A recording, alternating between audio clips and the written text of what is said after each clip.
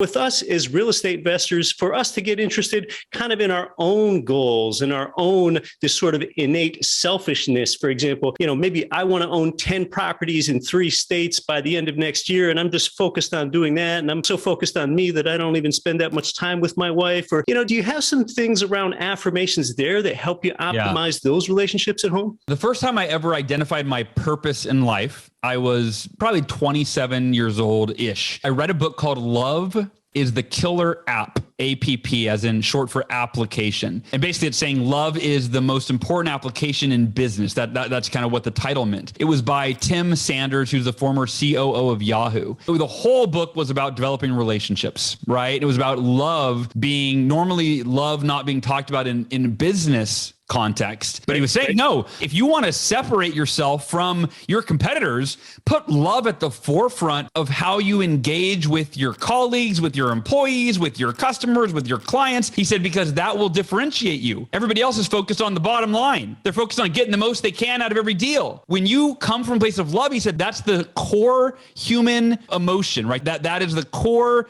human value is love. We want to be loved. We want to feel loved. We want to give love. We want to receive love, so on and so forth. So and he really talked about adding value. That's where that concept really got ingrained for me. So I defined my purpose in life. First, it was to add value to every person I meet. That was the first iteration that I wrote down. My purpose in life is to add value to every person I meet.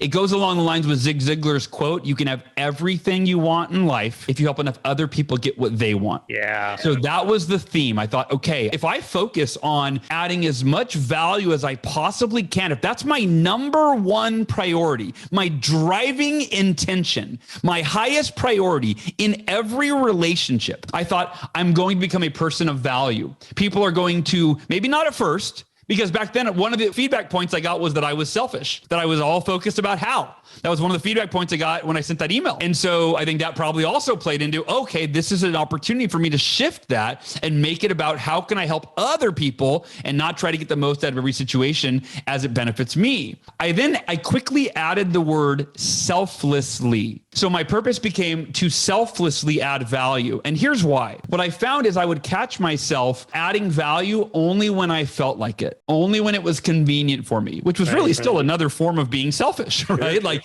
it was better. Yes, I'm being selfless, but only when it's selfishly what I want to do, right? And so I decided I wanted my intention to be pure, to selflessly add value to the lives of other people, regardless of whether or not I felt like it, regardless of whether or not it was, I was in the mood, right? Whether or not I had the energy. And so maybe a day or two after I set that purpose, I got a phone call from a friend of mine who he had been going through a really difficult time. And we weren't that close. Like we used to be roommates. We were like buddies, but not like a best friend. And he had been diagnosed bipolar. And so talking to him could be extremely draining. He was usually complaining the whole time. He was hard to follow. He was all over the place. And it was usually not a pleasant experience. And I was driving to a sales appointment and he called. And normally when he had called in recent months, I would ignore it, let him go to voicemail, maybe send him a nice text. But I was trying to minimize, I was protecting my own kind of emotional,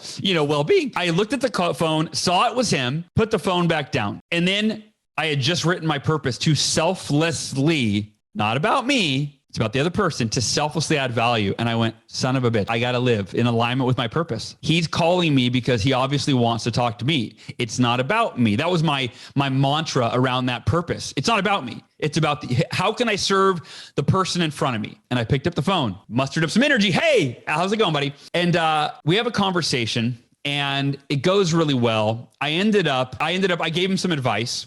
That year, I committed that I would selflessly add value to every person I could. And I stretched myself thin. I led a team of 20 other people, my fellow sales reps. I wasn't paid. I was just trying to help them, support them in any way that I could. And I was going for my biggest year ever. So in the grand scheme, I ended up reaching my goal. I ended up having all these amazing, miraculous things happen where whenever I would selflessly add value and sacrifice what in the moment seemed like what I should do for my best interest, it always came back tenfold. And so that gentleman, my friend, I saw him a couple years later, and we talked occasionally during that time, but he came to an event that I hosted, and he pulled me aside. He said, Hal, hey man, I wanted to tell you something. You probably don't remember this, but I called you one day a couple of years ago, and he said, you answered the phone, and he said, you didn't know this, but I was suicidal and I was planning on killing myself that day. Wow. And he said, your phone call gave me hope.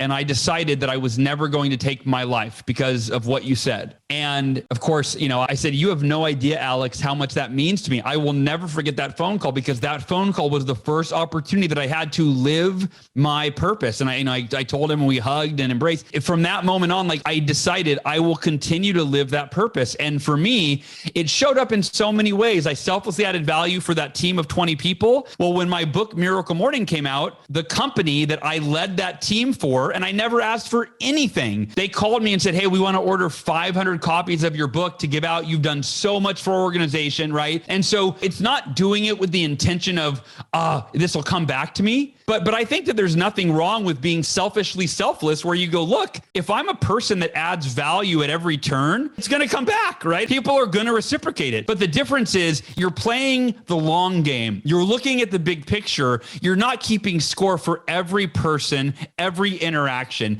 You're just going, this is who I am. I'm a person who adds as much value to the lives of every person that I possibly can, because to me, that's the way to live. If we all do that, the world's a totally different place, right? And then it's okay to know in the back of your mind that I bet that some of those interactions, nothing's going to come back to me. That's fine. But I bet some of those interactions, it's inevitable. They're going to come back to you in ways you never could have expected, that again, are going to probably pay for itself. The ROI for being that type of person that's not trying to get as much as you can in every situation, but you're trying to give as much as you can in every situation. I found in my experience, and even just theoretically, it makes sense that that is the most beneficial way to build relationships.